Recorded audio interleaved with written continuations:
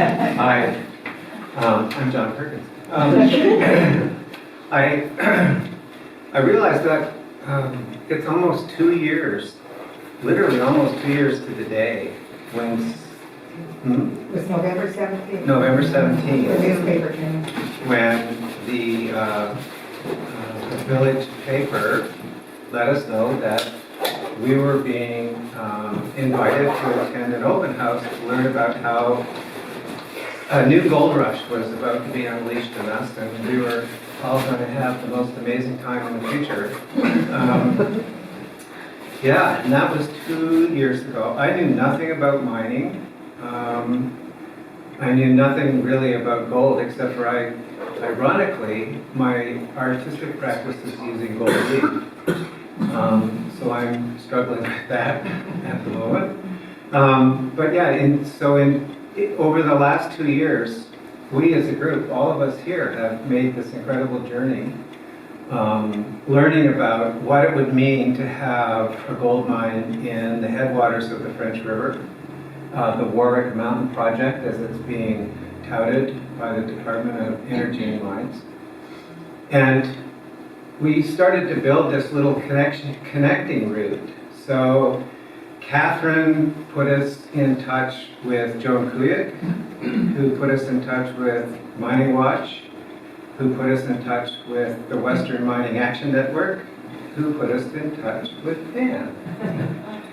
And we wanted somebody who could help us understand what the potential issues were and the problems with gold exploration in the watershed. And it was being presented as being no big deal. And then as we started to learn it together and do research, it became really obvious that it was a huge deal and that we needed to do something about it. So in that intervening time, Anne prepared a report for us. We've been working with her. The St. Mary's River Association NOPE campaign is working with Anne as well. And I think that we have come a long way, and we've grown immensely together as a kind of a coalition in this northern part of Nova Scotia. So it gives me really great pleasure to welcome you here. We've done a lot of conversation on the phone, and Anne lives in Boulder, and I go to Boulder to work a couple times a year, so we've met there, but we've never met here before. So welcome, and thank you for taking time to do this. Thank you, John. Right. It's nice to be here with everybody and meet Marg and everyone else. As John mentioned, I just came from the southern part of the peninsula, where they're kind of much more face-to-face with potential gold mining. They have historic impacts, and they have a mine that's already operating. I'll show just one slide about what they're kind of facing down there. And you're not right up against it as much as they are, but it's amazing what, there's so many prospects here for gold mines, and there's a lot that has gone on in the past, and we've seen the impacts to water quality from that. And so what John asked me to do is present a little bit on what the potential effects can be from development of a mine in this area. There's not a lot of information available, but there's enough to kind of give an indication of how it could behave environmentally. Just want to give a little bit of background on me. I'm an independent consultant in Boulder, Colorado. I have a Ph.D. in geochemistry from Princeton University.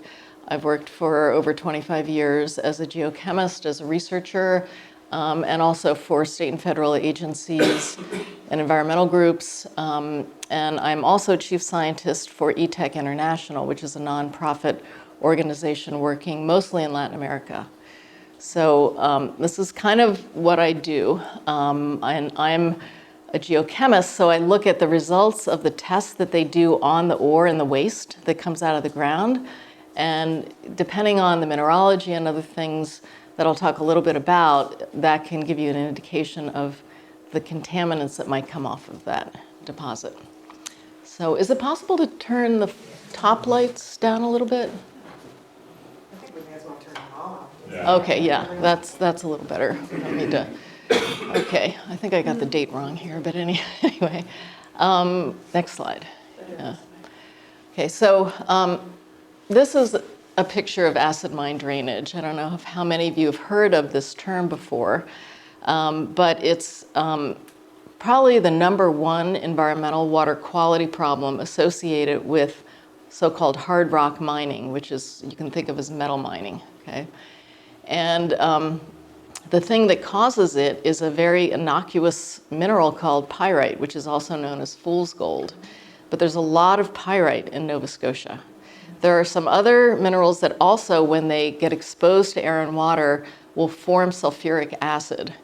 And all of those are here as well. So we've got pyrite here, pyrrhotite, arsenopyrite, which has arsenic in it. So when that weathers, it leaches out arsenic to the environment.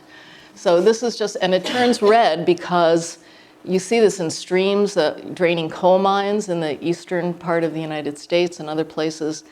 It's the iron that is red, like Mars, the planet Mars, that precipitates out when the pH drops, and then it mixes with other waters, and then you get this iron flock that can really destroy the beds of streams. So what I'm going to talk about is the watershed, what the existing mining impacts are in Nova Scotia, and that's mostly in the southern part where you're not, but we think that that same thing could happen up here. The type of deposit, and especially the potential water quality impacts, and what more needs to be done to do a baseline study. What is the condition now before any mining comes in? Next slide. So the French River watershed, here's Tatamagouche. And this is a watershed that has incredibly pure water in it. And it's the drinking water source for the village of Tatamagouche. And I just learned on the way over here that you're hopefully on your way to having a certain area protected for the drinking water source. The thing that's special about the French River is that there's a native Atlantic salmon spawning ground in it. And this is the area that's open to exploration. I don't know if the shape of this has changed. I think there's some talk about trying to shrink it down a little bit, doing some research on that. But right now it's a pretty big swath of land, and half of the watershed is in the area that is, where they can explore. And is that right, or is it the other way around? Yeah, it's the other way around, yeah. So, there's some indication that there's a deposit here. It's questionable how great of an indication it is, but this is, kind of ground zero for where the mine might be. Next slide. Okay, so here is the Cobequid Highlands in the northern part of Nova Scotia. There's a fault that goes across Nova Scotia, and it's kind of two terrains that have been kind of jammed together over time when the plates were moving around. And the geology is different on the north side of the fault than on the south side of the fault. In the past, all the mining was on the south side of the fault, but now there's some interest in thinking that maybe there's gold on the north side of the fault as well. So all these spots here are gold mining districts. There are, I believe, 61 in the southern part of Nova Scotia. And there's been a lot of unremediated contamination that's come out of these deposits. There was a gold rush in the kind of 1860s, 1870s timeframe. There was another one in kind of the 1970s, 80s, and now there's another one. So, but the remediation is still needed. And acid mine drainage, once it starts, it's very difficult to turn it off. It's what's known as an autocatalytic reaction. So the reaction goes forward, you get the pyrite weathering with water and air, making sulfuric acid, and then the reactants go back and start the reaction all over again. So it just keeps going around and around in a circle, and it's promoted by the presence of these bacteria called Thiobacillus ferrooxidans, which oxidize the iron and cause this reaction to happen. So My understanding is that there are 2 sites that are going to be cleaned up, and there's $48 million or so that will be spent for just 2 sites. And then the rest of them, and we have the same problem in the United States. There's so many abandoned mines without owners, and we don't have money that's put aside to clean these up. Yet they're affecting our waterways, our groundwater, and our aquatic biota. Next slide. Okay. So I just wanted to show you a little bit about what's going on in the southern part of the province and where I was yesterday. The Tuquoy mine, where are we? Right here, Tuquoy, is already operating. It's an open pit, and it's a kind of a weird open pit. It's very shallow, and then they have a tailings impoundment. So what happens is you dig the rock out of the ground. Some of it is ore that contains the gold, and some of it is what's known as waste rock. Okay, so that's put to the side, usually in an area that is not lined. Okay, and that rock can have pyrite in it as well, and other minerals that will dissolve in water and cause contamination. And then you take the rock that's the ore, grind it up, and you mix it with something that's very similar to pine sap, and you put it in a flotation tank and float this material to the top. That's one way of doing it. What is going on here is different. It's actually cyanide, use of cyanide, to extract the gold, because gold and cyanide make a very strong complex. But so do mercury and cyanide and other metals as well. So they mix this up, they mix the ore up, they crush it up, they mix it with cyanide, and then they extract out the gold, and the rest is waste that goes into these impoundments called tailings impoundments. Okay, so the Tuquoy is already operational. In the 1800s and the 1980s, et cetera, everything was underground mining, and now they're starting open pit mining, which is a lot more disruptive to the landscape. Okay, so rather than digging tunnels and going down and pulling out veins of ore, they're just digging a giant hole and taking everything out and putting the waste rock and the tailings, on the surface of the earth, and they will stay there in perpetuity. Leaching contaminants. So the Tuquoy, and these were all owned by Atlantic Gold. This past summer, Atlantic Gold was sold to St. Barbara, which is an Australian company that is known for not very good practices around the world. So the next ones are 14 Mile Stream and Beaver Dam, and then the Cochrane Hill, which is where I was with the community up there yesterday. They're probably last in line to kind of get this going.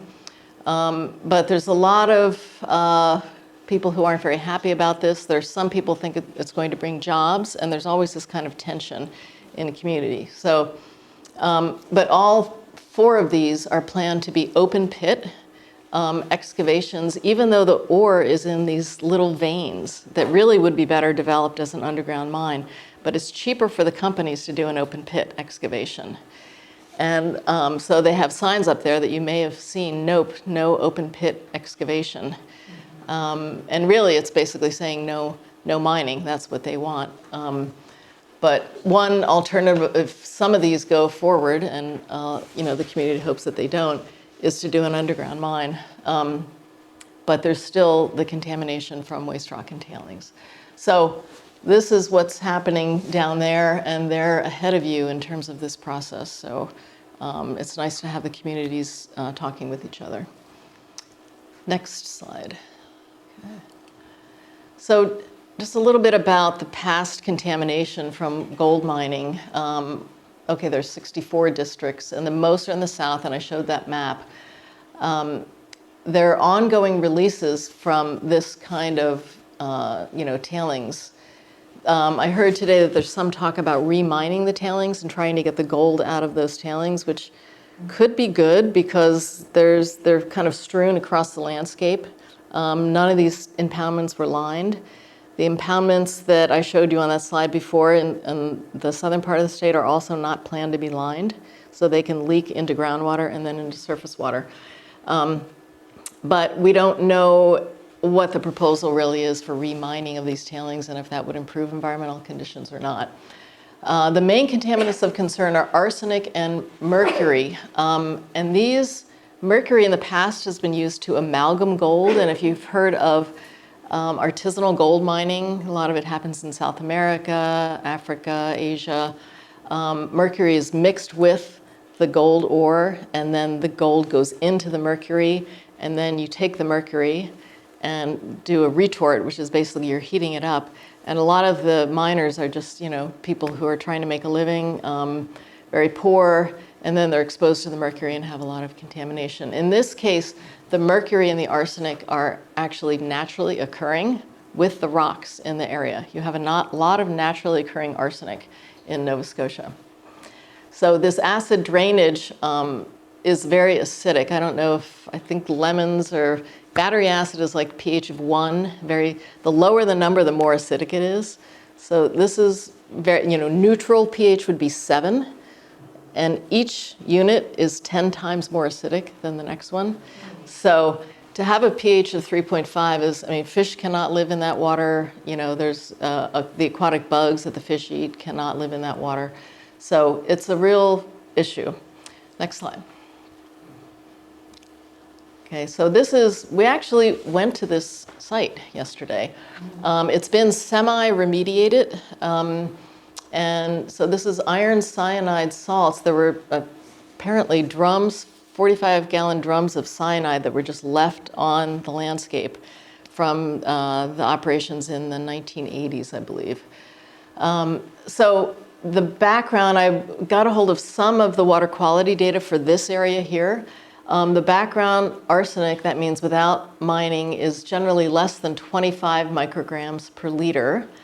The range is 5 to 100 micrograms per liter. And just for comparison, the aquatic life guidelines are 5 micrograms per liter for health of fish, okay? And for us, for drinking water, it's 10 micrograms per liter. So even in areas that are not that influenced by mining, you do have some naturally occurring arsenic in the rivers and in groundwater in this area.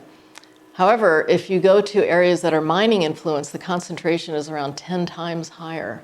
So that's, the kind of the median, or let's say the average, but it goes up to 6,580 micrograms per liter in mining influenced areas. So there's a lot of arsenic coming out of these old mined areas, and they really need to be cleaned up. But one of the things that's really important to do is what's known as a background water quality study. And those are very site-specific. Like even at what I showed, the Tukoi and the Beaver Dam and the 15-mile stream and the Cochrane Hills, you shouldn't just say, well, we can just apply this background study over here. You want to know the water quality in your particular area that you're living in, that you're concerned about. So, and in order to do a good job of that, you need a lot of sampling. And it takes a while. The best recommendation I've seen now is at least 2 years of fairly intensive sampling. And you look at environmental impact statements and you really rarely have that. Okay, so the other thing is that's kind of a way to delay the mine, because you really do need these background water quality standards, because otherwise how do you know if you've had an impact on the environment or not? So next slide. And I just wanted to show you there's some data on rocks. Okay, so they've been doing some exploration, and we got some of the data from Baldwin 2016. And this is where the gold is. Okay, the red dot means that it's got higher concentrations, and this is parts per billion in a rock. Okay, so 1 part in a billion parts, which doesn't sound like very much, but it's still, could be economically viable. So we've got gold over here. Here's the French River. Okay, that's north. And if you look, you get the same exact location for arsenic, antimony, and mercury. Okay, so arsenic occurs naturally with the gold, and then antimony is a metal-like kind of substance that is similar to arsenic, but it's incredibly toxic to humans at even lower concentrations than arsenic. And it's also toxic to aquatic biota, but there hasn't been very much work done on it. So in a community or an area like this where the fishing is incredibly important, these are important things to know about in your water. And then mercury, there are very high concentrations of mercury in the same exact location. So these are naturally occurring. If you leave them in the ground, you're not going to have much of a problem. However, if you dig the rock out of the ground, cut it up into little pieces, and then put it on the landscape in unlined impoundments, then you are going to have a problem. And there's a researcher at St. Mary's University that's found incredibly high levels of mercury in aquatic bugs in that area in the southern part of the province.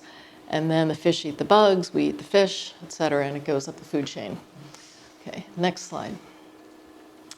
So one of the things that I look at as a geochemist is this is a picture of pyrite, kind of an idealized picture of fool's gold or pyrite. Okay, it's a shiny, kind of brassy colored. It's more brassy colored than gold, so you wouldn't really, if you knew what you were doing, you wouldn't mistake it for gold, but like a fool would, mistake it for gold, right? So hence the name. So how much of this is there versus calcite, which is, what seashells are made out of, right? And that lends a lot of neutralizing ability. So if that is producing acid, but you have a whole lot of this calcium carbonate mineral, then maybe it's okay. Maybe you're counteracting, that acid that's being formed. If you push the thing again, let's see. Yeah, so these are just some, formulas. It's calcium carbonate, and here's the acid that might be produced. And then you produce these things, which are not acidic. You have bicarbonate and calcium ions, which are good for you, okay? So, but you have to have a lot of calcite. And go ahead. Pyrite, when this dissolves, this is the formula for pyrite, iron sulfide. You expose it to oxygen and water because you're pulling it out of the ground, you're cutting it up into little pieces. Then you make sulfuric acid, okay? So, push it again. In general, what I've seen, and I've looked at an awful lot of these, the wastes and the ores and the pits are often, there's an imbalance here. There's a lot more pyrite than there is of this neutralizing material. And if that's the case, eventually you're going to form acid mine drainage. And it might take a while. The more neutralizing material you've got in your rock, the longer it takes, and it could take 5 years, 10 years, 50 years for this to show up. So if you're at a site and, what they're telling us in the Tukoi and those mines down there, we're going to mine for 6 years and then we're out of here. We're going to do 3 years of reclamation and then we're going to be done. Well, the acid mine drainage might not even start forming by then. And they might think, we don't need to treat the water, we're good, everything's good here.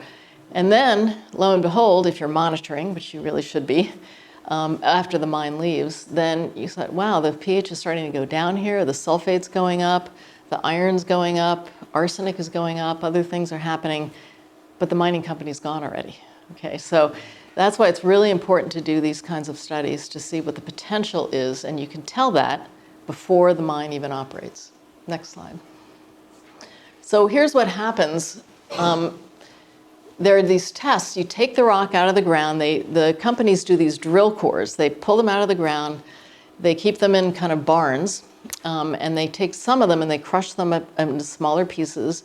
And they put them in plastic columns. And then they pour water over the top of it. They kind of put humid air through it. And then they let it dry out. And then they pour water over the top of it again. And they take samples out of the bottom and see what happens over time.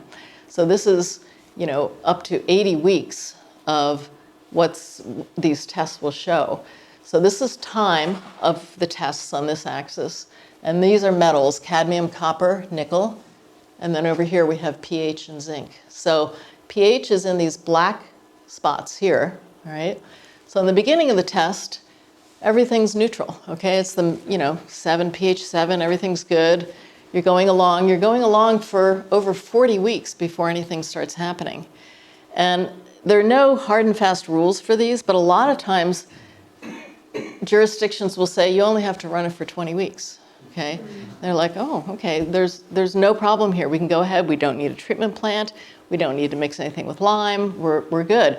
But for those companies that are better, and they pay for the extra analyses that they have to do here, you can see that after 40 weeks, things start changing. The pH drops, and that causes the lead and the cadmium and the nickel and the zinc concentrations to increase quite a bit. And if you hit it again, you'll show the lag time. So this is a 40-week lag time. You have to be kind of patient. And again, if you hit it again, I believe, these are the water quality standards down here, okay? So in the beginning, everything's pretty good, and then concentrations start increasing quite a bit because the acidity, yeah. I'm just wondering, is this typical for all ores or waste rock? For acid-producing ones, yes. And so if, this is for the Prosperity Gold Copper Project in British Columbia, right? And that is a mine project that went forward. A lot of the mines, I would say, I guess I would have to say more than half of the mines that I've looked at have acid production potential. And then there's a lot of variability in what can happen here. I've seen pHs that drop immediately. I've seen results that, they go out for 200 weeks and it doesn't drop at all and concentrations don't increase. So there's a lot of variability, and that's why it's important to have specific samples from the area that you're interested in. But I just wanted to show this to say this is fairly representative of what happens when you have samples that will form acid. And the main thing is the pH drops and the metal concentrations go up. So, okay, next slide. Yeah. And the thing about arsenic is a funny constituent. It has high concentrations at low pH and at high pH. So it's mobile at both ends of the pH spectrum. So even if you don't have an acidic mine, a mine that's producing acid, you can still have quite a bit of arsenic coming out because it's mobile at both ends of the pH spectrum. Okay, go ahead, one more, yeah. So again, here's pyrite, and in the rocks around here, what we've got is known as hydrothermally altered basalt and rhyolite. So these are, you've probably heard of granite, okay? Rhyolite is similar to granite. Basalt is on the other end of the spectrum in terms of rocks. That's what they have in Hawaii, okay? That's coming out of the middle of the oceans. And you've got both of them here, which is kind of unusual. But that's one thing to look at the rock type. But then after that, after the rocks form, you can have hot waters, hydrothermal waters kind of coming through and mineralizing them and adding things like gold and arsenic and mercury and antimony. So there's been some work done in this area. McHattie is probably the one that you might have heard about. And he noted the presence of pyrite, which we've talked about, and that can form acid drainage when it's pulled out of the ground, and also arsenopyrite, which is a big deal, and they also have it in the southern part of Nova Scotia as well. There's a gold potential. I'm not even sure they're calling it a deposit yet because they haven't maybe done enough work, exploration, but there's gold potential. And they're calling it this thing called low sulfidation, which gives you the impression that there's not a lot of sulfur in it, so maybe there's not a lot of pyrite. But there are parts that contain more sulfide. If there weren't, you wouldn't have pyrite. So what he would like to do is a high-resolution mapping of pyrite in the Cobequid Highlands project area. We don't really have anything like that right now. Next slide. We do have this, though.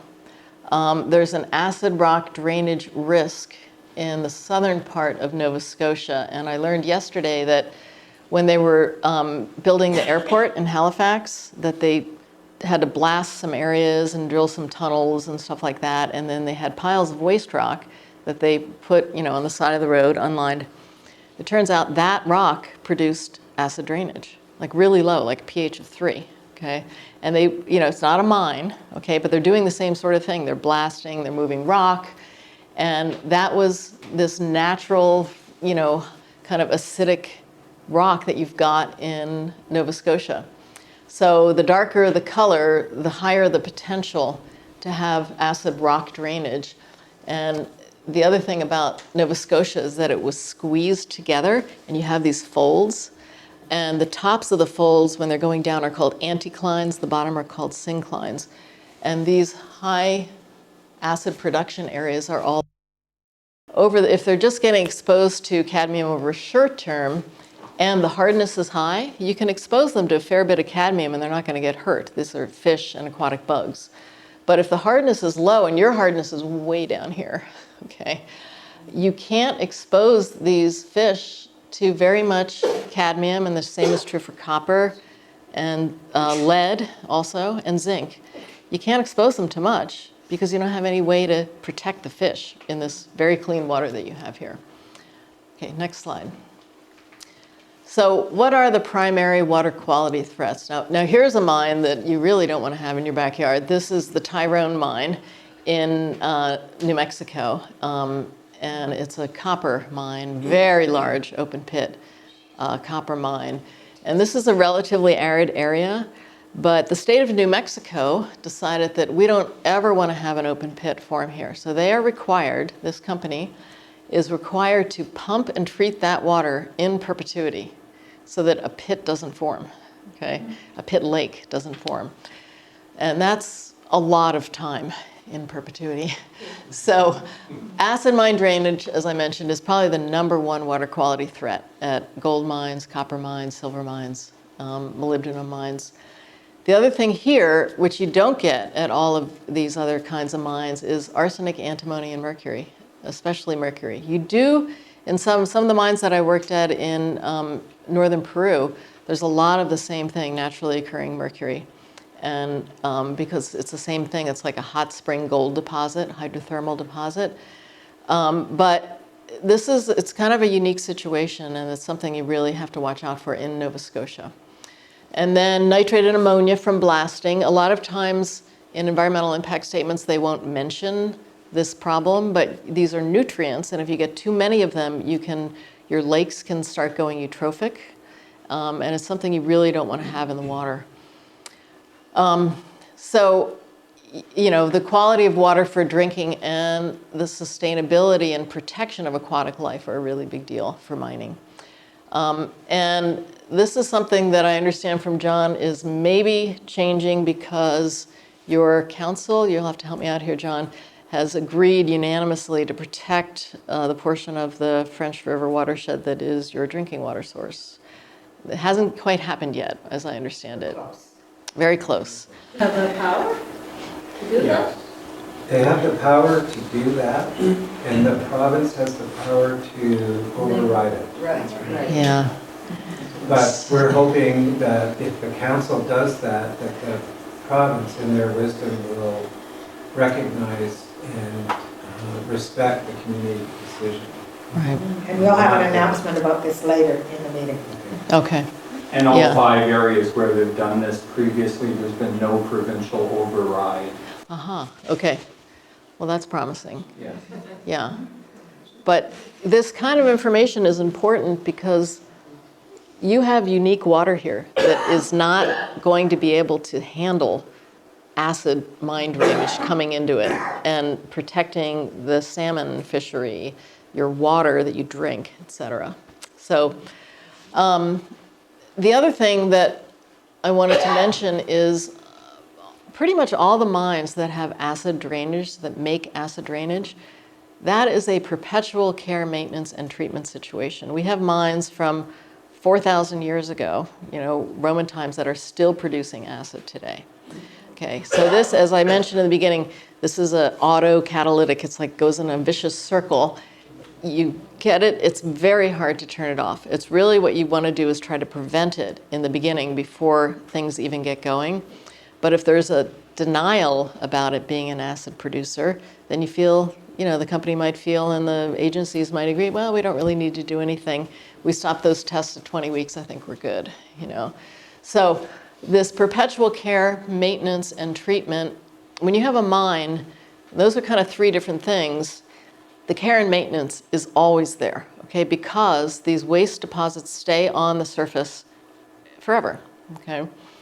The best thing is if you can put that waste back into the ground, fill the pits, fill the underground mines with the waste, mix it with cement, and there are ways that you can get around this, but it's still not perfect. But the treatment is very expensive. Okay, so to be able to treat this water, to keep it, pure so that it comes in really dirty and the treatment plant comes out very clean on the other end, that's a lot of upfront cost, and it's also a lot of maintenance cost over the course of a year. So next slide. Now, exploration, which is what they're doing now, from what I understand, there are effects from mineral exploration. There are unbelievably few studies on this because everyone thought, well, what's the big deal? They're drilling some holes here and there. We're not going to worry about it too much. We're not pulling ore out of the ground. We're not making waste. We are making a little bit of waste, actually. So the Pebble Project in Alaska is a large, probably one of the largest undeveloped copper deposits in the world. Not probably, it is one of the largest undeveloped copper deposits in the world. It also has the largest sockeye salmon fishery in the world. So in a way, it's a similar situation, but on a much bigger scale that's happening in Alaska. So there was a lot of exploration done there, and Dave Chambers and Kendra Zamzow, who work for a community or a nonprofit organization called Citizens for Science and Public Participation, CSP2, have done some studies and found that there's contamination with petroleum hydrocarbons, which you wouldn't really think about, but you need diesel fuel to kind of move these drilling rigs around.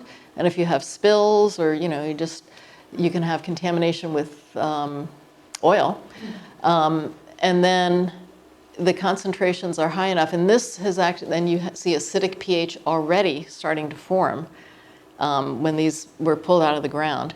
Okay, when the cores were pulled out of the ground. And they just published this recently, so that's out there in the literature. But there's very little. But the main thing is, if you do baseline water quality studies, you want it to be before they're exploring, okay? And then during the time they're exploring, there's a lot of upfront work that really needs to be done.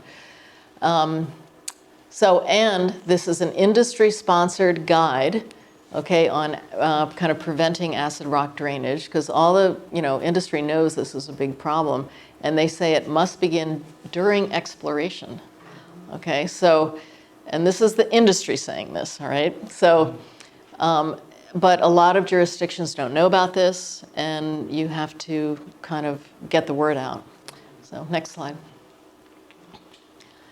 In 2006, I did a study with a mining engineer named Jim Kuipers, who's in Montana. And we did this study has never been done before or since. We looked at the predictions in environmental impact statements for what the water quality was going to be during mining. And then we looked at some case studies to see what actually happened at the mines. And this study really needs to be followed up, because supposedly the mining industry is getting better, they're improving their practices, but this kind of comparison has not been done before or since. So we reviewed 104 environmental impact statements for 71 large mines in the US, and we had a definition for a large mine. And we did this comparison for 25 case studies, what was predicted versus what actually happened.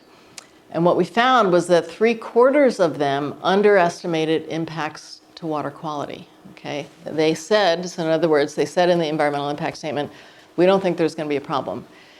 In the United States, and probably here too, if you say we think there is going to be a problem, we're going to exceed standards. We're going to exceed standards for protection of fish, standards for protection of potable water, you won't get a permit, okay? So they said, we're going to be fine. We don't have a problem. And then we looked, and 75% of them actually did exceed standards for protection of aquatic life or drinking water. Now, that was just kind of the whole population of the 25 case studies. If you looked at ones that were close to groundwater and close to streams, they had an even higher chance of adversely affecting water quality. So about 90% of them affected water quality if they had those two two things together. Are you close to a stream or groundwater? Do you have a high potential to make acid or leach contaminants? Okay? If you put the two of those together and looked, a very high percentage of them did have exceedances of standards related to mining. And we were very careful about saying, there could have been some baseline conditions here, like here, where the mercury is a little elevated or the arsenic is a little elevated. We're not going to attribute that to mining. If that's a baseline condition, it's not fair to do that. But this is mining-related impacts. Also, mitigation measures. Okay, mitigation measures are things that protect the environment, are intended to protect the environment. So they're liners, maybe caps on the waste piles. Maybe you want to mix in some lime to make things not acidic. So those are required at pretty much all mining sites. Actually, the Tukoi, I'm not really sure what they've got in way of mitigation measures. They don't have liners, they don't have caps, they're not mixing anything with lime. But generally, mine sites do have these mitigation measures. But what we found was that in 64% of the cases, the failures were there even though the mitigation measures were in place and were operating properly. So they can fail, that it's not a fail-safe thing to say, we've got a liner, it's not going to be a problem. You have to have leachate collection, you have to have ability to pump out contaminated leachate that comes from there. So it's just kind of a wake-up call to find these results. Next slide. A mine that I've been working at for over 20 years in Washington State is called the Buckhorn mine. I'm working for a community group there called the Okanagan Highlands Alliance. And they have been, there was a long fight in the beginning. The fight went on for like 25 years or something. And it was originally going to be an open pit. And there was so much pushback and the community got so up in arms about this that they took it to, the kind of powers that be, and they said, we don't want this. We don't want the mine at all, okay? But we really don't want an open pit. So they sued the mining company. And what ended up happening there is there was an agreement that got worked out. The mining company, a different mining company came in and they said, all right, we're not going to do an open pit. We would like to do an open pit, but we're going to do an underground mine because otherwise we're not going to have the social license to operate, okay? So they did an underground mine, and this is, one of the best circumstances that you could have. So it changed from open pit to underground. They backfilled all the waste underground. They mixed it with concrete, and they filled these tunnels. To make an underground mine, you have to kind of cave out a bunch of rock. You do it in stripes, and then you fill the waste kind of in between, and you mix it with, some of it is mixed with concrete, and some of it is not. And then all the ore was trucked off site for processing, okay? So the ore wasn't even there, so there's no tailings, okay? The waste rock's all underground. But even at this site, there were water quality violations from really before they started operating. And that's because the blasting, which causes nitrate and ammonia to go into the water, was a real problem. Over time, the sulfate concentrations started increasing because you've got sulfuric acid that's being produced. We haven't really seen any low pHs at this mine yet, but there's an indication, there's a fair bit of neutralizing potential at this mine, that over time we could see that. So they've already closed the mine in 2018. And they're monitoring, and things haven't changed very much, but at least there's a long-term care and maintenance and treatment and monitoring going on at this site. Okay, next slide. So just to kind of reiterate some of these points, what you've got here is you're very close to water, okay? Your water table is very close to the surface. You've got streams all over the place. You've got beautiful streams. You've got beautiful lakes. So you're close to water, and you've got ore and rock, even if you're not mining, like what happened at the Halifax airport, that has a high potential to leach acidity, arsenic, mercury, antimony, and some other metals, including lead. So you've got those two things happening here, and that means there's a high risk of adversely affecting water quality with mining in this area. Also, there's a potential for effects during exploration, and I don't believe that these are really being looked at. You know, has the DNR gotten out there and done a baseline study before exploration? Are they monitoring it now? Are they, you know, requiring remediation of the exploration? I really don't know. But a lot more information is needed on the geochemistry, and kind of more robust baseline water quality studies are needed, and they haven't been done yet.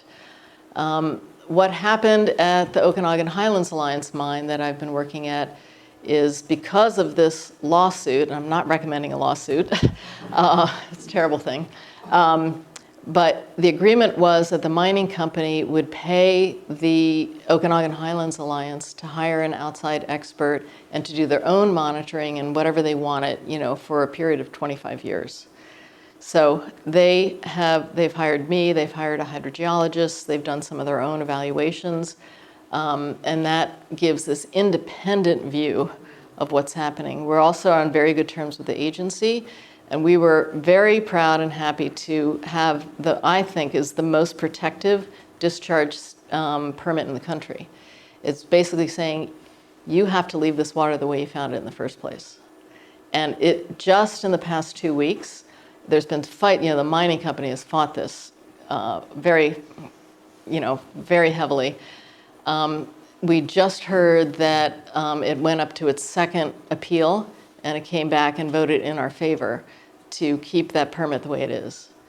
And I think there's another appeal level that it can go to, but they've lost twice now. So there's a great water quality permit out there if it does happen here, then that's something that you can look at that has been held up under a couple of levels of scrutiny. So that's all I have. Thank you for your attention. And any questions, I'd be happy to try to answer them.